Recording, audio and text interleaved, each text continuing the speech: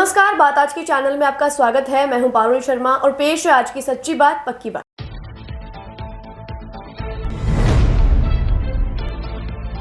मुख्यमंत्री भजनलाल का पुष्कर पहुंचने पर भव्य स्वागत। मंत्री सुरेश रावत और सांसद भागीरथ चौधरी रहे मौजूद।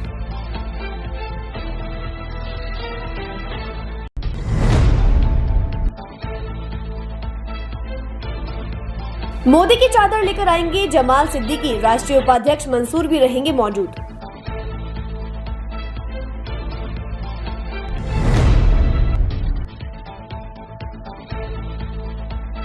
अजमेर के नई सिटी मजिस्ट्रेट जगदीश प्रसाद ने संभाला कार्यभार। उर्स मेला संपन्न कराने को बताई प्राथमिकता।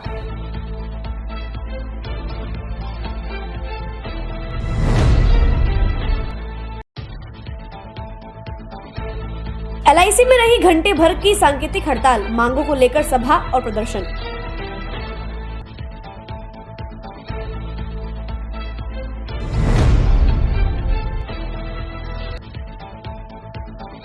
ठेका कर्मचारियों ने राहत के लिए दिया मुख्यमंत्री के नाम ज्ञापन। शोषण का लगाया आरोप।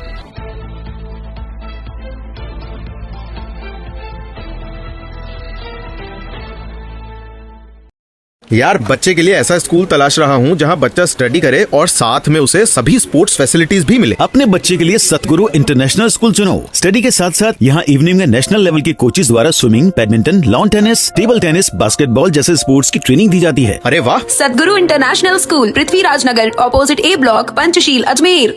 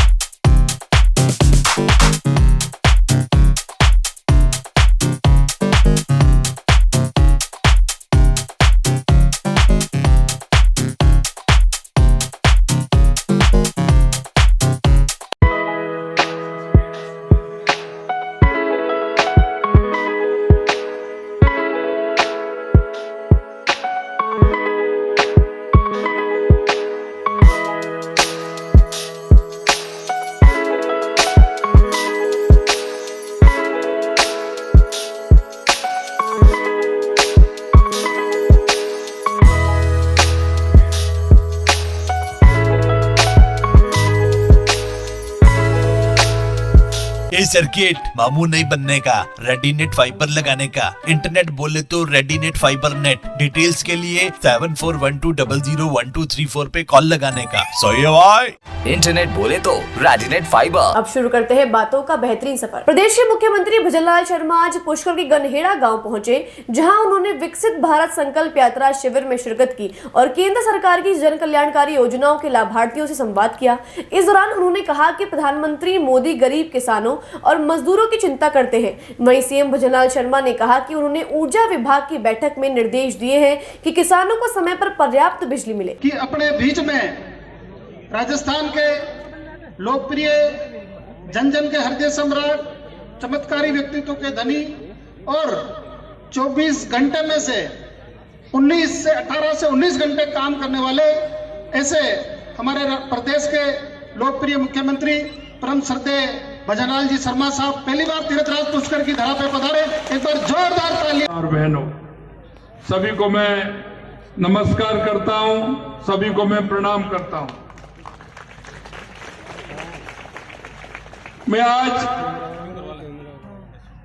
अपने आप में अभिभूत हूं, क्योंकि मैं तीर्थराज पुष्कर और ब्रह्मा जी की धरती पर आया हूं।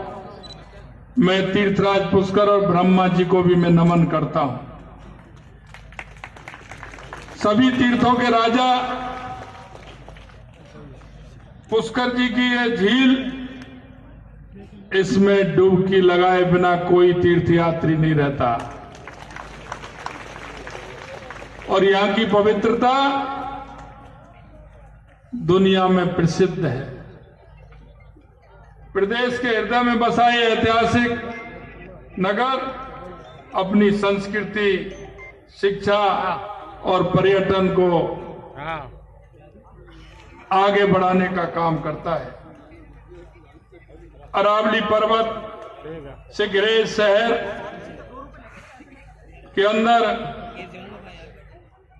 हम जो अजमेर की बात करते हैं तो आना सागर, फाय सागर जैसी झीलें दुनिया के सैलानियों को लुभाने का काम करती हैं।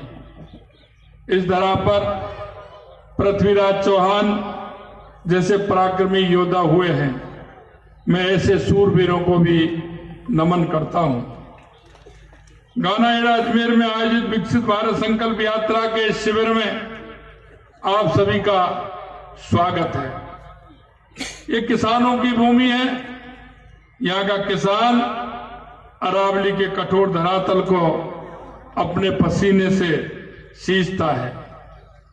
हम अपने प्रदेश के किसानों के हित की रक्षा के लिए प्रतिबद्ध हैं। हमने उनकी बेहतर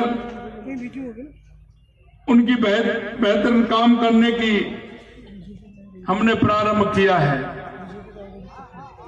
मैं आपको बताना चाहता हूं, हमारे देश के यशस्वी प्रधानमंत्री सम्माननीय नरेंद्र मोदी जी गांव दाढ़ी में बैठे उस किसान की चिंता करते हैं, उस गरीब की चिंता करते हैं, उस मजदूर की चिंता करते हैं, उस भाई की चिंता करते हैं, बहन की चिंता करते हैं, युवाओं की चिंता करते हैं। हमेशा वो कहते हैं कि किसान आगे बढ़ेगा तो देश आगे बढ़ेगा और देश की रक्षा करने वालों का सम्मान करेंगे। नागरिक होने का कर्तव्य निभाएंगे। भारत माता की जय। अजमेर में आज सिटी मजिस्ट्रेट जगदीश प्रसाद गौड़ ने अपना पदभार ग्रहण किया। वहीं मीडिया से बातचीत करते हुए जगदीश प्रसाद गौड़ ने बताया कि उनकी सबसे पहली प्राथमिकता उर्स मेले को शांतिपूर्ण संपन्न करवाना रहेगा। वहीं राज्य सरकार द्वारा चलाई जा रही विकसित भारत संकल्प यात्रा को समस्त प्रशासन के साथ मिलकर सफल बनाया जाएगा। जिला मजिस्ट्रेट ने बताया कि आगामी लोकसभा चुनाव को शांतिपूर्ण तरीके से संपन्न करवाने के लिए प्रशासन द्वारा पूरी तैयारियां की जा रही है और हाल ही में सरकार द्वारा चलाई जा रही अन्नपूर्णा योजना को धरातल स्तर पर लागू करने के लिए जिला प्रशासन पूरी तैयारी में जुट गया है। प्राथमिकता तो सबसे पहले यहाँ जो उर्स का मेला हो रहा है उसको शांतिपूर्वक सद्भावपूर्वक संपन्न करवाना जो जिला प्रशासन की प्रथम प्राथमिकता है और राज्य सरकार की मंशानुरूप जो विकसित संकल्प भारत यात्रा अभियान जो चल रहा है, वो जो जिम्मेदारी जिला कलेक्टर महोदय को दी है, उसको सभी मिलकर जिला प्रशासन पूरा उसको सफल बनाएंगे। शहरी और ग्रामीण क्षेत्र में जिला कलेक्टर महोदय के सानिध्य में जो उनकी मार्ग निर्देशन होगा उसके अनुरूप, और फिर आगामी जो लोकसभा चुनाव आने वाले हैं उसको शांतिपूर्वक संपन्न करवाना, निष्पक्षतापूर्वक, ये हमारी जिम्मेदारी प्राथमिकता रहेगी। और शहर साफ सुथरा रहे, इसके लिए जो एक अभियान के रूप में नगर निगम, नगर परिषद जो यहाँ है, अजमेर विकास प्राधिकरण, उसके साथ मिलकर काम करेंगे और उसमें जनप्रतिनिधिगण की जो प्राथमिकता रहेगी राज्य सरकार के पास, उसको भी सर्वोच्च प्राथमिकता दी जाएगी। सरकार की नई योजना सरकार की जो भी योजना आएगी, जैसे अभी अन्नपूर्णा योजना, उसको उसमें जो मिलेट्स शामिल करने हैं, वो सब योजनाएं धरातल पे बिल्कुल सही स्तर पे लागू हो, उसका पूरी मॉनिटरिंग जिला प्रशासन द्वारा जिला कलेक्टर महोदय के निर्देश के अनुसार की जाए। राजस्थान संयुक्त कर्मचारी एवं मजदूर महासंघ के बैनर तले विभिन्न कर्मचारियों ने जिला कलेक्टर को मुख्यमंत्री के नाम ठेका प्रथा को बंद करने हेतु ज्ञापन सौंपा। वहीं राजस्थान के शोषित पीड़ित ठेका कर्मियों को राहत देने के लिए RLSDC बोर्ड का नोटिफिकेशन जारी करने की मांग की है। कर्मचारियों ने जानकारी देकर बताया कि लंबे समय से राजस्थान के सभी सरकारी और अर्ध सरकारी बोर्ड निगम सरकार के अधीन आने वाले संस्था में कार्यरत ठेका कर्मचारियों के शोषण से मुक्त करवाने के लिए एक बोर्ड का गठन किया गया था, लेकिन आज तक इसका नोटिफिकेशन जारी नहीं किया गया है। जबकि पूर्व में सरकार को कई बार ज्ञापन देकर नोटिफिकेशन जारी करने की अपील की गई थी, फिर भी इसकी सुनवाई नहीं की गई। अब नई सरकार आने के बाद आज अजमेर जिला कलेक्टर को मुख्यमंत्री के नाम नोटिफिकेशन जारी करवाने को लेकर ज्ञापन दिया गया है। ये हमारे ठेका प्रथा बंद कराने के लिए ज्ञापन देते। पिछली सरकार में भी हमारा वो हुआ था, उसमें वो हुआ नहीं था, काम आश्वासन ही मिला था। और हमने जयपुर भी गए थे, वहाँ भी धरना प्रदर्शन किया था। केकड़ी भी हमने ज्ञापन दिया था। एक बार यहाँ कलेक्टर साहब के भी यहाँ भी ज्ञापन दिया था, लेकिन अब सरकार चेंज होने के कारण हम दोबारा आए थे। और अब हम इनको हमारे को आश्वासन भी दिया है कि भाई बंद हो जाएगी। हमारे साथ शोषण हो रहा है। हमारे तनख्वाह 4-5 हज़ार रुपये तनख्वाह देते हैं और वहाँ से वो पेमेंट ज़्यादा उठाते हैं। इसलिए हमारे को ठेका प्रथा RLP बोर्ड का गठन करवाने के लिए आए। PhD में वाटर बॉक्स में काम करते हैं साहब, लाइनमैन का काम करते हैं जी। बहुत पैसे कम देता है साहब, हमारा परिवार का पालन पोषण ही नहीं होता है साहब उसमें। हम चाह रहे हैं कि भाई RLP बोर्ड का गठन हुआ है और हमारे को डिपार्टमेंट पैसे दे। हम नाल करेंगे साहब, और कुछ करेंगे, काम का बहिष्कार करेंगे। बातों को देते हैं एक छोटा सा विराम, जल्द ही मिलते हैं एक नए सफर पर। यार, बच्चे के लिए ऐसा स्कूल तलाश रहा हूँ जहाँ बच्चा स्टडी करे और साथ में उसे सभी स्पोर्ट्स फैसिलिटीज भी मिले। अपने बच्चे के लिए सतगुरु इंटरनेशनल स्कूल चुनो। स्टडी के साथ साथ यहाँ इवनिंग में नेशनल लेवल के कोचेज द्वारा swimming, badminton, lawn tennis, table tennis, basketball जैसे स्पोर्ट्स की ट्रेनिंग दी जाती है। अरे वाह! सतगुरु international school, Prithviraj Nagar, opposite A block, Panchsheel, Ajmer.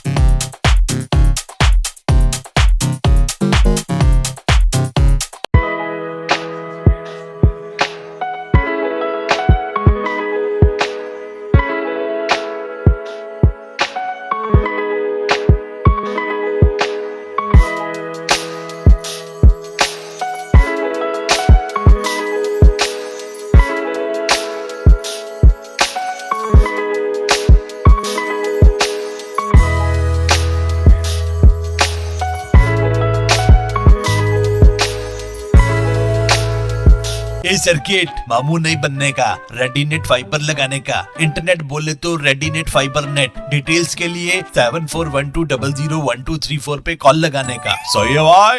Internet बोले तो रेडीनेट फाइबर। एक बार फिर आपका स्वागत है। आइए चलते हैं एक नए सफर पर। अजमेर के रामगंज स्थित बैंक ऑफ बड़ौदा एटीएम पर 3 शातिरों ने एक युवक का एटीएम कार्ड बदलकर उसके खाते से 83,000 रुपए उड़ा लिए। पीड़ित ने मामले की सूचना पुलिस को दी है। पुलिस ने तीनों आरोपियों के खिलाफ मुकदमा दर्ज कर जांच शुरू कर दी है। पीड़ित ने जानकारी देकर बताया कि वह 7 जनवरी को रामगंज स्थित एटीएम में पैसे निकलवाने गया था और वह पैसे निकलवा कर बाहर भी आ गया था, लेकिन इसी दौरान 3 अज्ञात युवक उसके पास आए और उन्होंने एटीएम से पर्ची निकलवाने की बात कही और कहा कि जब तक वह पर्ची नहीं निकालेंगे तब तक उनका एटीएम कार्ड मशीन में काम नहीं करेगा। इसके चलते पीड़ित ने एटीएम में जाकर जब अपना कार्ड मशीन में डाला तब तक तीनों शातिर बदमाशों ने उनका कार्ड बदल लिया और एटीएम से 83,000 रुपए निकालकर वहां से फरार हो गए। जब पीड़ित मोहम्मद को इस बात का पता चला तो उन्होंने रामगंज थाने में तीनों ठगों के खिलाफ मुकदमा दर्ज करवाया है। पुलिस तीनों आरोपियों की तलाश में जुट गई है। मैं सर रामगंज में एटीएम में पैसे निकालने गया और मैं पैसे निकाल भी चुका। पैसे निकाल के अंदर से बाहर भी आ जाएगा तो उसी वक्त 3 लड़के आए तो एक लड़का बोल रहा था, बोले इसकी स्लिप निकालो। मैंने कहा भाई मेरे को कोई स्लिप की ज़रूरत नहीं है और चलो। फिर एक दूसरा लड़का बोले यार अंकल जी हमारा वो पैसा निकलेगा, कैश अटक जाएगा, आपको क्या परेशानी है। तो मैंने ठीक है। उसके बाद मेरे को कुछ पता ही नहीं क्या हुआ क्या नहीं हुआ। उसके साथ गया अंदर, एटीएम निकाला और एटीएम उसमें डाल दिया और पिन भी डाल दिया।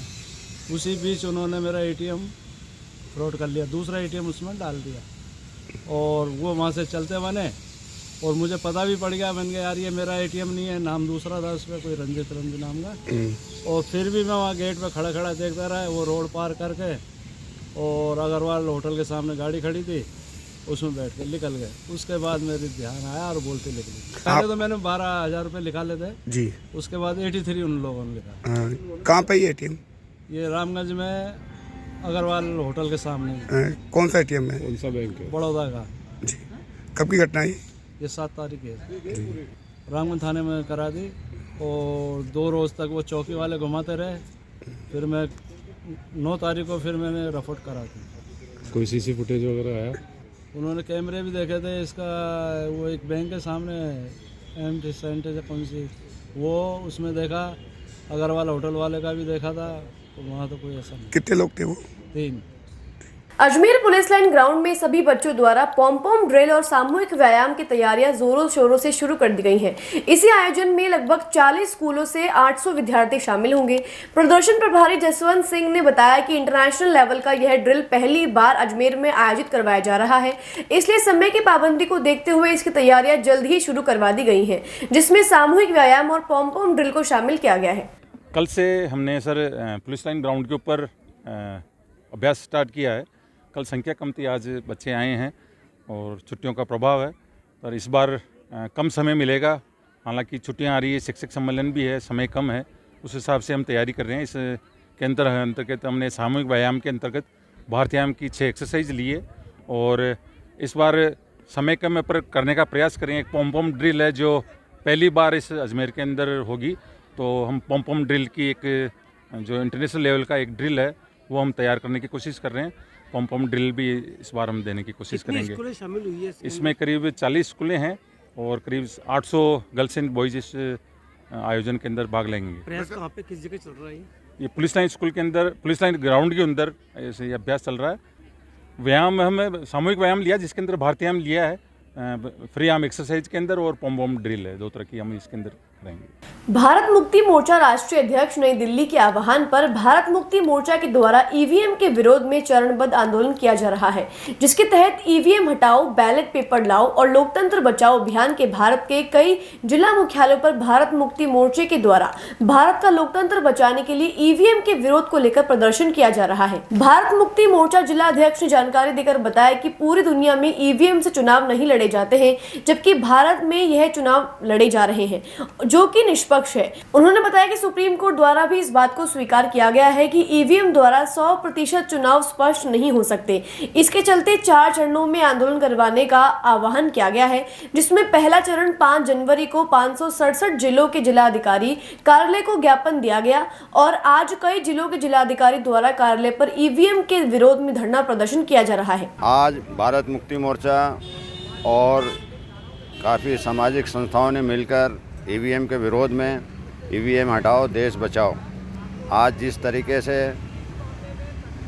भारत की जनता के वोटों की चोरी की जा रही है और जनता को सही सरकार चुनने का जो अवसर मिलता है वो नहीं मिल रहा है ईवीएम की वजह से, इसलिए ईवीएम के विरोध में आज सभी ने जो है धरना प्रदर्शन किया है। ये देश हित में भी घातक है और हम चाहते हैं कि ईवीएम को हटा के बैलेट पेपर से चुनाव कराया जाए ताकि जनता को सही जो है प्रतिनिधि चुनने का मौका मिले।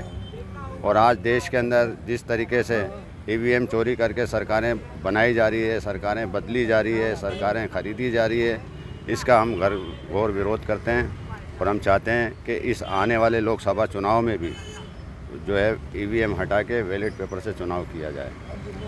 हम लोग भारत मुक्ति मोर्चा से हैं और हमारा विषय है ईवीएम को हटाने का। हम संविधान विरोधी जो ईवीएम का उपयोग किया जा रहा है मताधिकार के लिए वो पारदर्शी नहीं है, उससे लोकतंत्र का हनन हो रहा है। इसलिए हम चाहते हैं कि ईवीएम हटा करके और उससे बैलेट पेपर से उसका चुनाव करा जाए ताकि जनता को सही न्याय मिले और जो हमारा लोकतंत्र है, जो हमारा संविधान है, जिसके तहत जो शक्तियाँ प्राप्त हैं वो बनी रहे। इसलिए हम लोग ईवीएम का विरोध कर रहे हैं और हम ही नहीं, ईवीएम का विरोध पूरे इंडिया में हो रहा है और ईवीएम पूरे वर्ल्ड में कोई भी देश उसको उपयोग में नहीं लाता है, सिर्फ हमारे भारत में ही होता है उसका उपयोग। इसलिए हम चाहते हैं कि हमारे भारत में भी सही लोकतंत्र रहे, संविधान की मर्यादा बनी रहे और बाबा साहब का सपना भी पूरा होता है। बातों को देते हैं एक छोटा सा विराम, जल्द ही मिलते हैं एक नए सफर पर। यार बच्चे के लिए ऐसा स्कूल तलाश रहा हूँ जहाँ बच्चा स्टडी करे और साथ में उसे सभी स्पोर्ट्स फैसिलिटीज भी मिले। अपने बच्चे के लिए सतगुरु इंटरनेशनल स्कूल चुनो। स्टडी के साथ साथ यहाँ इवनिंग में नेशनल लेवल के कोचेज द्वारा swimming, badminton, lawn tennis, table tennis, basketball जैसे स्पोर्ट्स की ट्रेनिंग दी जाती है। अरे वाह! सतगुरु इंटरनेशनल स्कूल, पृथ्वीराज नगर, ऑपोजिट ए ब्लॉक, पंचशील, अजमेर।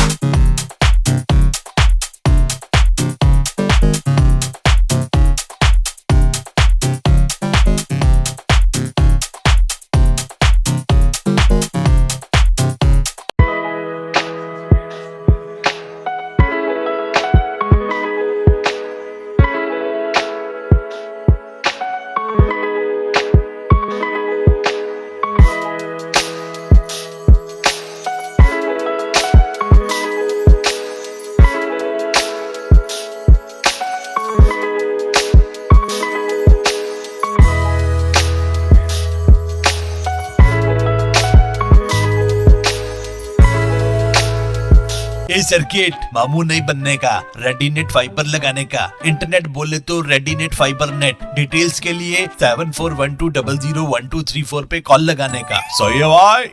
इंटरनेट बोले तो रेडीनेट फाइबर। एक बार फिर आपका स्वागत है। आइए चलते एक नए सफर पर। कोतवाली थाना पुलिस ने एक जूतों के व्यापारी के साथ सामान लेकर पैसे नहीं लौटाने का मामला दर्ज किया है। खारीकुई निवासी मनीष वासवानी ने थाने पर उपस्थित होकर रिपोर्ट दर्ज करवाते हुए बताया कि उनकी एक फुटवेयर की दुकान है और उन्होंने पिसांगन निवासी हनुमान को फुटवेयर का सामान भेजा था। बदले में आरोपी हनुमान कुमावत ने उन्हें चेक दिए थे, लेकिन जब वह सामान लेकर वहां से चला गया तो उसके बाद उन्होंने दिए हुए चेक को रुकवा दिया और खरीदे गए फुटवेयर के 1,96,000 रुपए का पेमेंट करने से इनकार कर दिया।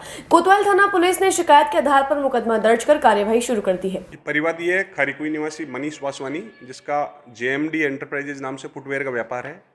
उसने ये दर्ज कराया है कोई पिसांगन निवासी हनुमान कुमावत है, जिसको उसने फुटवेयर का सामान दिया था। बदले में हनुमान कुमावत ने उसको चेक दिए। सामान ले जाने के बाद हनुमान कुमावत ने चेक स्टॉप पेमेंट कर दिए और पेमेंट देने से इनकार कर दिया। और टोटल पेमेंट 1,96,449 रुपये का पेमेंट है। इसमें मुकदमा दर्ज हुआ है, अभी जांच जारी है। 420-406 IPC में फर्जी कंपनी में जोड़ने के नाम पर एक महिला शिक्षिका को बहला फुसलाकर लाखों की धोखाधड़ी करने का मामला सामने आया है। कोतवाल थाना पुलिस ने फर्जी कंपनी के खिलाफ मुकदमा दर्ज कर आगे की कार्यवाही शुरू कर दी है। कोतवाल थाना ASI भगवान सिंह ने जानकारी देकर बताया कि शिक्षिका हेमलता बुंदेल ने थाने में उपस्थित होकर एक मुकदमा दर्ज करवाया और बताया कि अजमेर क्रॉसलेन होटल में 2 व्यक्तियों द्वारा क्यूनेट कंपनी का लालच देकर उन्हें MLM कंपनी से जोड़ दिया और उसी कंपनी में ज्यादा से ज्यादा सदस्य जोड़कर पैसे कमाने का लालच दिया। शिक्षिका द्वारा दोनों युवकों के बहकावे में आकर अब तक MLM नामक कंपनी को लगभग 10,90,000 रुपए दे चुकी है। महिला ने फर्जी कंपनी पर धोखाधड़ी का मुकदमा दर्ज करवाया है और आरोपी के खिलाफ कड़ी कार्यवाही करने की मांग की है। दूसरा एक टीचर है श्रीमती हेमलता बुंदेल ने यह दर्ज कराया है कि क्रॉसलाइन होटल में ये कोई वृंदा और राम भटेर नामक 2 व्यक्ति हैं, जिन्होंने क्यूनेट कंपनी में उसको लालच देकर एक MLM कंपनी है जिसमें उसको जोड़ा और सामान और अन्य सदस्य जोड़ने पे कमीशन का लालच दिया और उसके साथ ब्रेन वॉश करके धोखाधड़ी का आरोप लगाया है। माननीय कोर्ट के आदेश से यह मुकदमा दर्ज हुआ है, जिसके साथ 10,89,789 रुपये वो उस कंपनी को दे चुकी है। वो कंपनी अवैध इलीगल कंपनी है और इसमें माननीय न्यायालय आदेश से मुकदमा दर्ज हुआ है। धारा 406, 420, 120 IPC में इन्वेस्टिगेशन विष्णु प्रसाद ASI कर रहे हैं।